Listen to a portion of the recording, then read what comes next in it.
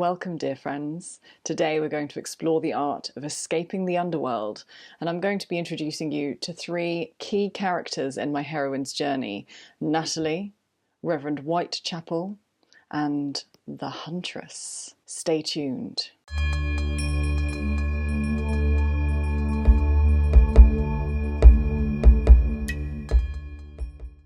No, you haven't clicked on the wrong channel. This is still Tash. This is still the home of embodied spirituality. But we're going to start mixing things up here a little bit, perhaps a lot. I'm going to take you on a journey today to illustrate and personify a journey that I seem to be going on about 15 times a day, and perhaps you are too. And that is the journey through and out of the underworld. The underworld is that place within us, the darkness, the place that feels most initiatic within our being. And at this critical time of filming, when there's so much disillusion, when there's so much rapid change, I feel that so many of us are having to go through multiple revolutions, multiple cycles through and into the underworld, perhaps a day, and I'm certainly going through multiple revolutions a day, just to be able to come back into the light of more integration and awareness. So I'm going to be sharing with you this journey that I've been on and the story that came through me today to illustrate this journey, a journey we all go on. Most of us are going on that journey every day at the moment, with the energies as they are, with this transitional period of human evolution at work, at hand. And I want to really use this illustration to share with you in a light-hearted way, in a way that lifts the density of this experience a little bit, so that you may also perhaps start to bring some aliveness, some artistry back into your life, back into your spiritual journey, back into these gnarly transits we have in the underworld, and just come back to, I think, the essence of what it means to be an aware being in a human experience. So before I dive into the actual heroine's journey, and this particular act is going to be focusing on escaping the underworld. Before we dive into that, I would like to give some context as to why I ended up in the underworld, why I've been falling, descending, spiraling into the underworld within my being so often recently. Now, in all honesty, there's no simple or concise way of communicating the whys about why I've been descending. The reasons are multifaceted, it's multidimensional even. It's human evolution at work on steroids, and then some. So it's not easy to pinpoint and say it's this exact reason why I've been going through what feels like an incredibly testing time within my being. And the way that I describe it is as though I'm like the English weather, or the New Zealand weather even, which is like all seasons in a day, sometimes all seasons at once, all seasons in an hour. And I'm cycling through this hugely contrasting set of experiences within myself, these felt sense experiences, emotions, mindsets. I'm everywhere right now. Like one moment, absolute joy, ecstasy. I'm in the light of the I am. I'm merged with the one. The next moment, I'm in the depths of darkness. I can't see a way out. The suicidal ideation is back. The next moment, I'm on neutral ground. And I'm starting to look at this from a more composed and equanimous place within my being. And then there are like a million other different places that I've been. And there's a reason, I think, for this, and I do not think I'm alone in going through this, the sheer sort of dynamism and polarity of experience, seemingly within a very short space of time. And I think actually the American election result is a really good mirror for this. As all of that was playing out, it occurred to me that America is humanity's mirror for duality in many ways. It's kind of like the global mirror, right? It's the global archetypal energy through which we clearly see binaries playing out, left versus right, you know, red versus blue, Democrats versus Republicans. We see duality very clearly, in clear plain sight, when we are looking at the American political system, which is obviously amplified and made available to us at the global level to engage with if we choose to, or not, as is the case for me. And while so many people have got lost in the hubbub of the duality, oh yes, Trump, oh my God, I'm devastated that Kamala's not in, and this and that and the other, ecstasy, you know, just complete desperation and despair. It seems that so few people, even in the awake community, are really understanding what that is just a sort of physical representation of within our own consciousness. And that is that nothing good ever comes from playing in and investing in and identifying with these binaries and these extremes. We know that the spiritual path is the integrated way. We know that the spiritual path is the way behind, you know, behind and above and beyond the duality and beyond these swinging poles from one side to the other. And that's why something like the American election is such a powerful mirror, because it shows how much do we still outsource our power to savior figures, to systems, to quote unquote bodies of authority.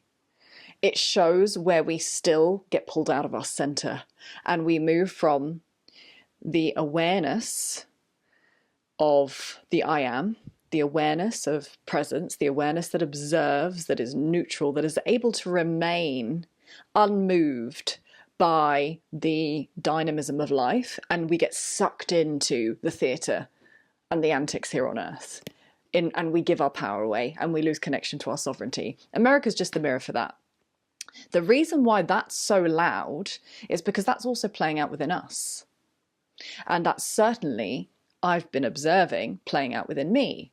Now, sometimes I can hold that vantage point of complete neutrality and observing the mind and its insanity when it's just, you know, just going from one side to the next, when it's just swinging on the pendulum, you know, and the mind, when it's running rampant, it's insane. It's insane. It's just insanity. It's just garbage. It's just content.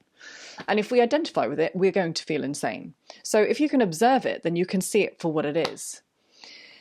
Likewise with the emotional body, given the times we're living in, given the amount of energetic, physical, mental, emotional, spiritual alchemy that's happening on Earth right now, the physical body, our felt sense experience, our emotions, solar plexus clearing, it's going through a time, okay? We are going through a fucking time. So yes, emotionally, we're also probably somewhere like this, you know, swinging around, feeling all the feels, becoming more sentient, becoming more connected to the all, therefore also feeling the all more intensely. All of this is playing out, right? This is all the dynamism. Sometimes I can stay very observant, very connected to the light of the I am, very connected to my capacity to observe and hold my human condition and all of its dynamism and all its many parts, moving parts, with awareness. Sometimes I don't. Sometimes I get sucked right in.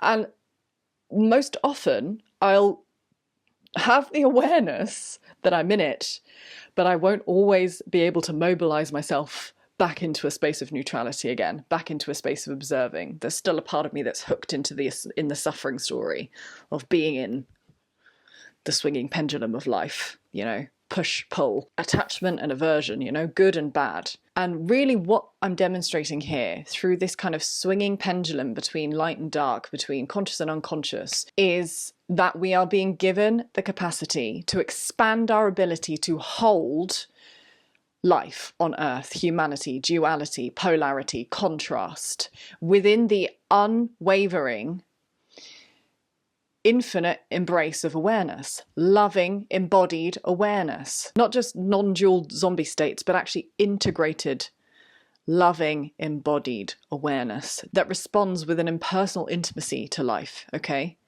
So I've been in this space. The American election, I think, is a great mirror for that. I've got a whole other thing to say about the American election. It's not the video for that, but it's kind of prophetic. And all I'm going to say on it at this moment is remain neutral, observe, don't get sucked in. There's more than meets the eye. That's all I'm going to say for now.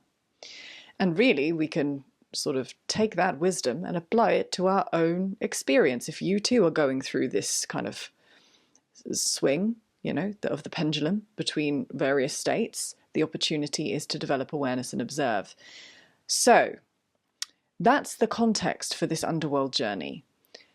Life is being life. We're in the final days of Pluto and Capricorn.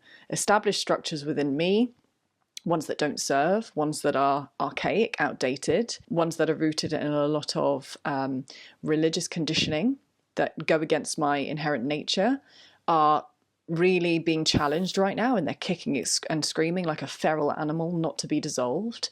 Very significant changes are happening within my familial network, which is really painful, and I've been avoidant on some level of dealing with the amount of emotional pain and change that's coming in through my experience as a human being. So there's a lot playing out, which is creating sort of a lot of fodder for the mind and for the emotional body. And I'll just point out before I get started on my heroine's journey that you also are likely feeling this anaretic degree of Pluto in Capricorn, which is when a planet is in the final degree of the sign that it's been moving through.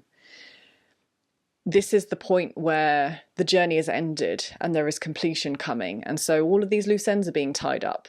Systems, ways of being, established known structures, Capricorn, they're being changed, transformed, dissolved, rebirthed, Pluto, at a soul level for us. So it's pretty big. It's pretty big stuff we're moving through. This placement, Pluto and Capricorn, only comes around every 250 years. So this is an intergenerational experience. The fact that we're living through this now, this shift, it's significant. So I invite you to think about, where were you 15 years ago when Pluto first entered Capricorn? Because you may find, as I'm going to share with you at the end of my heroine's journey, that there is a theme and a story being resolved for you. There is a journey that Pluto has taken you on as it's gone through its dance with Capricorn to make you grow, to expand, to become more integrated, to dissolve the structures, the ways of being, the paths that do not serve your highest good. So just bear that in mind. And now for the journey into the underworld. So today I wake up, I'm feeling nihilistic. I'm feeling very much in the throes of the underworld. I'm feeling as though it could go any way, truly, as in, if I let the insanity of the rampant, unmanaged mind really go to town and all of this content bubbling up within the emotional body, it could go really, really, really wrong. So what I did was I sat in bed for quite a long time and I was observing that I was in this state. I was in this state that was fragile and precarious. If I listen or invest in the mind and its insanity, it could end badly. Same with the emotional body. I've got to be very careful with the steps I take. And so as I leaned in today, the only solution that arose for me in that moment was movement. So I walked to the gym and I went to the gym. And while I was in the gym, I started to observe at an even closer level what exactly was playing out within me. What was this underworld experience I was having? What aspects of me were present? And this is where the story, the mythological story of my heroine's journey begins. So this journey through the underworld and then back to the earth realm, this is not a new concept. I feel that the Sumerian myth of Inanna, who is the queen of the earth, who takes a journey into the underworld, meets her evil sister in the underworld, actually gets killed by her, then resurrected and brought back to the earth world again. This is an archetypal journey. This is the heroine's journey, the hero's journey, the journey that we all go on, sometimes multiple times a day, sometimes through very significant periods of our life, but we all experience this process of death and rebirth. As women, we go through it really every single month with our bleed.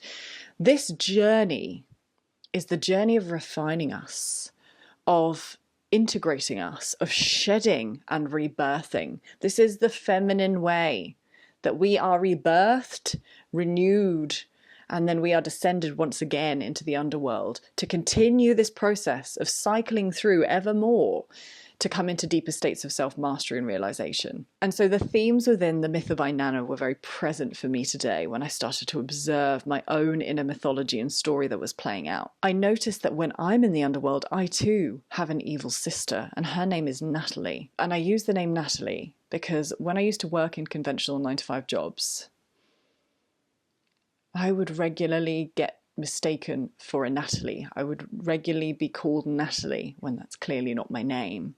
And it used to piss me off so much because it was often being perpetuated by people that were like my managers. They should know my name. People that I've been working for years, you know. It just happened so much that I came to resent the name Natalie.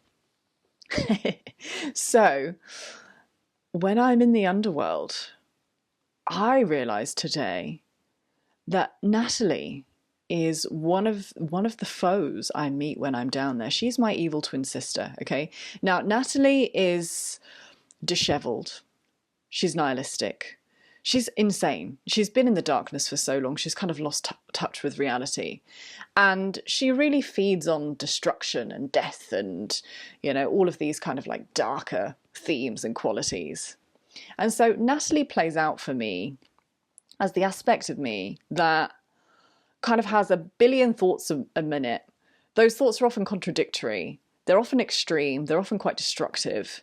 And she's the one that says, like, go and jump off a bridge. You've got 30 quid in your bank account, which was partly what sparked the spiral for me today, because working with money and financial scarcity and poverty consciousness and clearing that has been one of my biggest challenges in this life. So she arose at that moment. Oh, just go on a very long walk, lie on the earth and don't get back up. Sell everything you have, break up with your fiance, and go and live in the Amazon, you know, and just sort of just merge with the earth. Better still get bitten by a snake and die, you know, or better still just jump into a raging river or jump off a bridge. So she's the part within me that has this tendency towards suicidal ideation and nihilism and darkness and despair and disempowerment, and nothing will ever change. And in the throes of that energy, she just becomes insane, and she starts to just sort of yell out all of these directives that if I listened to it, it'd be pretty terrible, right? So that's her role. She's straggly, she's unkempt, she doesn't give a fuck, and she's just deranged. And then her friend in the underworld, and indeed I would say my arch nemesis, is Reverend Whitechapel. Reverend Whitechapel is like the gatekeeper to the underworld. He wants to drag me down there and he wants to keep me there. Okay? And Reverend Whitechapel is this pious, austere, severe, religious figure. No doubt an internalized aspect of my Catholic upbringing and the many incarnations I've had in religious systems. And Reverend Whitechapel is a fierce proponent of the idea that women are sinners, that the Kundalini is demonic, diminishing the mother, diminishing the feminine way.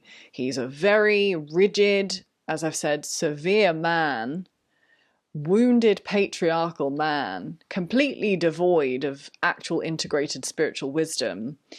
And he plays out for me as the part of me that sort of moves into puritanical states. So that's alive in me. I'm very conscious of the fact that I have this tendency towards kind of a Puritan consciousness when it comes to how I approach my spiritual path. And I have to be really mindful of this, because this aspect within me, this internalized aspect, it really, really wants me to diminish and disregard the feminine wisdom and the feminine path. It really wants me to stay on the straight and narrow. It really wants me to shrink and become this small, you know, being that identifies as the sinner, that I'm a natural sinner, that I'm not worthy of God, okay, that I've got to be a martyr, that I've got to stay within the lines, that I've got to be the good girl. That's his role, okay? And he really hates it whenever I try and be myself and try to be expressed and animated in my full dynamism and my full divinity. He fucking hates it. He hates it. He'll come to the gates and he'll do everything with the help of Natalie kind of whispering through the veil, you know, come to the underworld, you're not worthy, blah, blah, blah. All these stories, they'll drag me down together. The irony is that I think he's also sent Natalie insane. You know, he's just an all-round toxic arsehole. So I've got these two foes down there. There's probably more, but they're the ones that arose today, in today's act. So I was in the gym. I'm on the cross trainer. I'm observing, right, there's Natalie, insane, dark twin, Reverend Whitechapel, pious religious bastard. I was going to use another word there, slightly more severe word. And then I observed, well, I'm in the gym, and I've noticed that when I'm in these states, the thing that most helps me is to move. So I just thought, well, I've been in this state so often. It used to happen a lot, this state I'm speaking about, these, you know, meeting with Natalie and being held captive by Reverend Whitechapel. This was my life when I was moving through mental health conditions. And this is a personification, it's an illustration, it's bringing like artistry to this inner experience and inner process. And when I'm going through very kind of profound changes in my life, that's when this energy arises. When there are huge shifts happening. And I'm certainly going through profound changes now, most especially actually, which I didn't mention before, is with my business. It's with Temple of Akasha.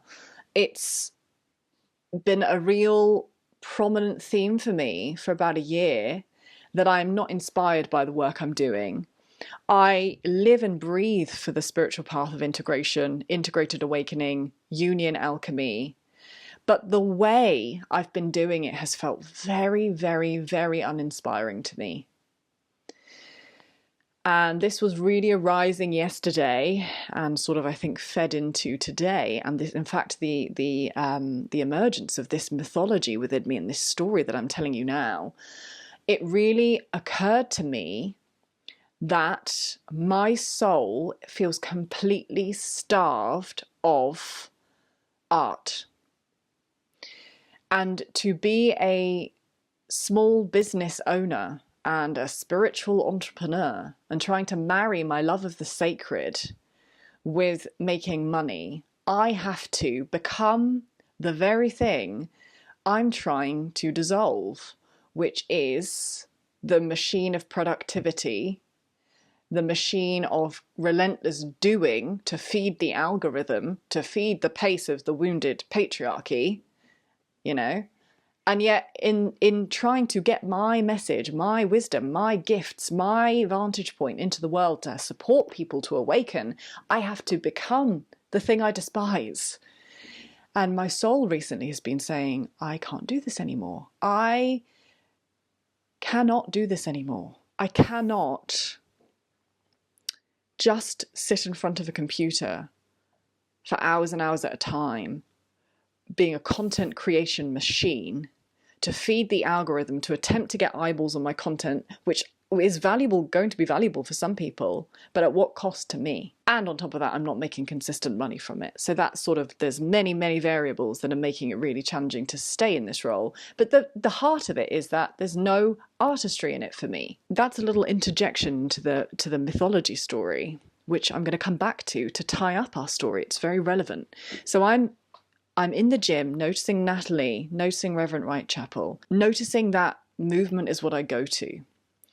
And so when I was on the cross trainer, I was thinking, right, I need to personify and bring into conscious awareness these aspects, which I did. And I need to personify and bring into conscious awareness the solution. Who do I call on? What aspect of me do I call on when I'm in these states and I decide that movement's going to help me? Who is that within me? Because once I start moving and I stay with it and I'm really persist, my energy starts to shift really dramatically. And that's when the huntress emerged. And I realized that the huntress at a day-to-day level tends to be the aspect that will I want to say apparate into the underworld. That's a Harry Potter term. I don't think that that's a real thing, but I mean that she can move between the earth world and the underworld. She's like a sorceress as well as being just a badass bitch, you know. So she can enter the underworld. She doesn't have to go through the gates and pass by Reverend Whitechapel. She can get in there, and she's slick and she's quick, and she fires these arrows that create a shield. And when she fires these arrows, it doesn't matter what words Natalie or Reverend Whitechapel are saying, they don't penetrate. And then she's like, come on, babe, let's get you out of here. Let's get back onto the earth realm, and let's get you back to neutral ground. So the movement for me, going to the gym, walking, getting outside, moving my body in some way, which for me really, like when I drill down to what really the solution is, when I'm in those spaces, it's got to be like movement, and really beyond just walking. It's like actually getting my heart rate up, really starting to mobilize myself into an actionable state. So the huntress is the aspect of me that arises and gets me out of the underworld in those moments. Now, she's not the only aspect that can emerge in the underworld to support me. You know, when things are really bad, it's all out war down there. Like, there'll be some Kali-like dragon aspect of the goddess that comes down, and it's all guns blazing, and it's fury, it's wild fury. But that wasn't needed today. The thing about this huntress is she can kind of slip in and out almost undetected. You know, she's not about drama. Archetypally, she feels a lot like Artemis, the goddess of hunting and bears, and you know, I think she's steward of the forests and the woodlands and, you know, the nature elemental beings. She is renowned for having a bow and arrow, you know, and being the goddess that resides over the kind of natural world, and she's known for kind of her athleticism, and also she's known for her chastity, which I actually think is relevant to this aspect of my story, because the huntress within me wants to slay the patriarchy. And I don't mean that like fuck all men. I mean like the really wounded aspects of the masculine consciousness within me in the world. The huntress has no time for it. She just wants to take that shit down. So the huntress is, yeah, she's been the rescuer for me today. She's helped transport me back into the earth realm. And from the neutral ground of getting into the gym, moving, that is the huntress in action, I felt myself being rebirthed into the light, seeing with more clarity and awareness, seeing my situation with more clarity and awareness, moving out of these states of sort of despair and catastrophizing, and being able to say, no, okay, now I'm sort of above ground again, and I have the light with me, and I can see clearly. This is what I'm going to do.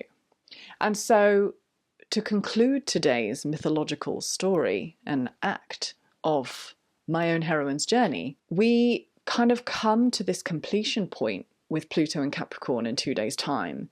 And this heroine's journey has, through its naturally intelligent process of light and dark integration, brought me to a place of actually profound realization.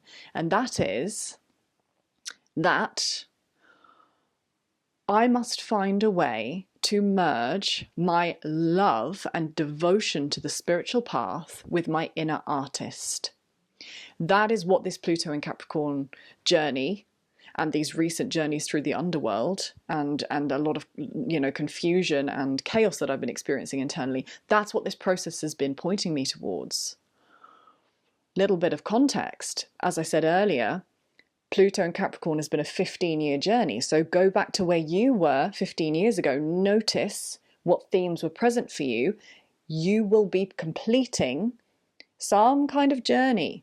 So there'll be some kind of resolution or some kind of ending happening with regards to this journey. Some area that you're being asked to resolve within your consciousness, integrate further, release, alchemize. The same is true for me. 15 years ago, I was 17 years old, and I was faced with the choice point of whether or not I should do acting, which was my heart fully in, my heart completely ablaze. I was such a passionate performer. I was actually very good. I was one of the top 10 students in the country at GCSE, and not bad at A-level as well.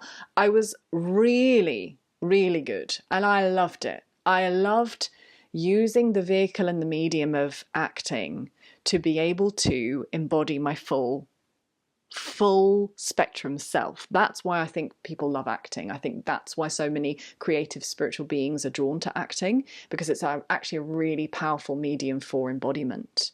That when you're acting, you're being given the permission to embody all of these aspects, often shadow aspects, that you would otherwise feel too ashamed to embody as yourself, quote unquote. But when you're acting, and you throw yourself into a role, you get to experience that frequency, but free from the shame of the self. So it really helps you to kind of move beyond those established parameters and confinements within your being. I think it's such a powerful medium, as all art is in its own way. So that was my inner artist. She loved performance, she loved creativity, she was very humorous. This 17-year-old version of me really used humor and jokes and storytelling and artistry and expression as her way of bringing her soul's light to the world. And then there was going to study English, which was the head choice. This was the choice that almost every single person around me, every adult around me was telling me to do. It's the sensible choice. You have better employment prospects, yada, yada, yada, yada. This is like Reverend Whitechapel, you know, very rigid, very like play by the book. Expression, acting, that's sinful. Don't do that, darling. You know, he would never call me darling. But it's like, you know, stay on the straight and narrow. Do what everyone else is doing. Study a traditional subject, get a grad job, get a new build house, get an MPV, get a dog, start a family, take antidepressants, have a midlife crisis, save for the pension, live the blueprint life. That's what that road was. And because I didn't have any people in my life that were really encouraging artistry and were encouraging the soul to thrive in my life, I didn't have the inner strength and resilience at that point to choose myself. So I chose English right at the beginning of this Pluto and Capricorn journey. And I chose the well-established structures, right? I chose the archaic, outdated, do it the way that everyone else does it path. And there were dire consequences for that. Plunged me into mental health crisis. The light of my soul was really just a flickering ember by the time I'd finished university. I was a shell of a being. The lights were on, no one was home. I was gone. I was really in a bad way. So most of my 20s have been a slow revival of the soul, of bringing the soul back into the body, starting to kind of reacquaint myself with my authentic frequency and not just the conditioning. And now 2 days away from the end of Pluto and Capricorn, I see now that this whole journey, there's been profound intelligence in this journey, because that suffering led me to profound spiritual awakening. I understand, at least to some degree now, the path of union, and it is the foundation of my life and my being, and I'm so passionate about marriage, the holy marriage, Eros Gamos, the sacred marriage between Shiva and Shakti, the masculine and the feminine, not just being a non-dual zombie, not just being wild, dynamic feminine with no awareness and no containment. The marriage of both is absolutely essential for self-mastery. I recognize this. I work with this every day. But because I've been sort of allowing Rev Whitechapel and all of that old pious religious conditioning that's so heavily instilled within me to kind of govern my spiritual sort of leanings, there's been this dry, almost kind of very austere quality to how I've been approaching my work, you know, and it's been infused unconsciously by that puritanical aspect, right? And the part that really disdains expression and disdains the feminine and disdains the dynamism of life. So this final closing chapter with Pluto and Capricorn is showing me that it's time to fully revive my inner artist and make sure that she is front and center in everything I'm doing. And I kind of came to the conclusion last night which kind of also led me into the underworld, because it's like, well, blimey, more established structures dying. I came to the conclusion that if my soul no longer feels a spark for doing what I'm doing, I will close everything down and I will start from scratch. And if it means being the starving artist for a while, going back to drama school, going to live in London, doing things that honestly I would never consider doing normally. But I will do what it takes now to revive this inner artist and make sure that she is considered, because she is the vehicle through which my soul feels expressed and able to bring her unique brilliance and genius into the world. Without her, it doesn't matter how much devotion I have to this path, how much the spiritual path feels sacred to me. Without that artistic element, without the light of the soul and those unique qualities that make it so alive for me, this path is too dry. The spiritual path gets so serious and heavy. We need artistry as beings. We need life. We need creativity. We need beauty. We need joy. And unfortunately, we're living in a world that hasn't encouraged those aspects. The interesting thing about the Inanna myth is that it is associated with the Venus retrograde cosmically. And when you look at the journey of Venus through this night sky, she goes on a journey of weaving the 5-petaled rose in the cosmos. It's a really interesting sort of cosmic reflection that there is artistry, there is beauty, there is the feminine at the heart of what it means to be incarnated. And without it, life is empty, it's dry, it's hollow. It's meaningless. We've come here to experience, and our artistry brings life to the experience. It brings substance, it brings meaning to the human experience. And so that's my vow to myself, that I will not let the last 15 years be in vain. I will not let 17-year-old Tasha's descent into mental health hell be in vain. I will not let all that I've been through be in vain for the last 15 years. I will no longer deny the light of my soul, and I will never ever ever have myself doing things and living a life that doesn't light me up. And for some time, as I mentioned before, being a quote-unquote spiritual content creator as the sort of medium for moving this business forwards has felt really, really soul destroying for me, because it forces you to really become a cog in the machine. It forces you to play the game that you don't want to play, that you actually came here to pattern interrupt. And doesn't the magic and mystery of life come from the artistry, the spontaneity, the creativity, the aspects of our life and expression that aren't perfect, that don't just fit in the box? Doesn't innovation and those moments in life that feel sparkly, don't they come from the moments of imperfection and the moments of, accidental kind of genius? The soul needs these things to survive. And I feel that, unfortunately, even within the spiritual world, so much of the paradigm is still being influenced by the established systems that do not favour integration, that do not favour the feminine way, that are not actually putting the soul at the heart of what they do. That everything is becoming about metrics. Everything is becoming about, can you measure success? How many orgasms have you had today?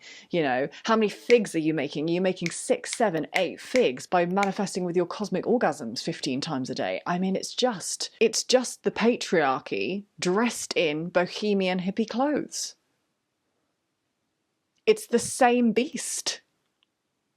The energy driving all of this is the same beast. It's not the magic, it's not the mystery, it's not the sacred. It's this relentless, demanding beast that demands our life force energy at any cost. And I refuse. I refuse to participate. I don't know what that means for me long term. I have 30 quid in my bank. At this point, I don't even have the money to keep my website open, to keep Zoom going. But you know what? Although that's painful and I don't quite know how I'm going to carry on my journey here at Temple of Akasha and sharing my spiritual gifts, insight, wisdom, perspective, my love and devotion for this path, I will find a way, and I will make sure that my soul and my artistry and my unique way of being an animated, alive, joyous, lit up human being, that is central to whatever I do moving forwards. And I encourage you to consider this for yourself. Are you following what feels good?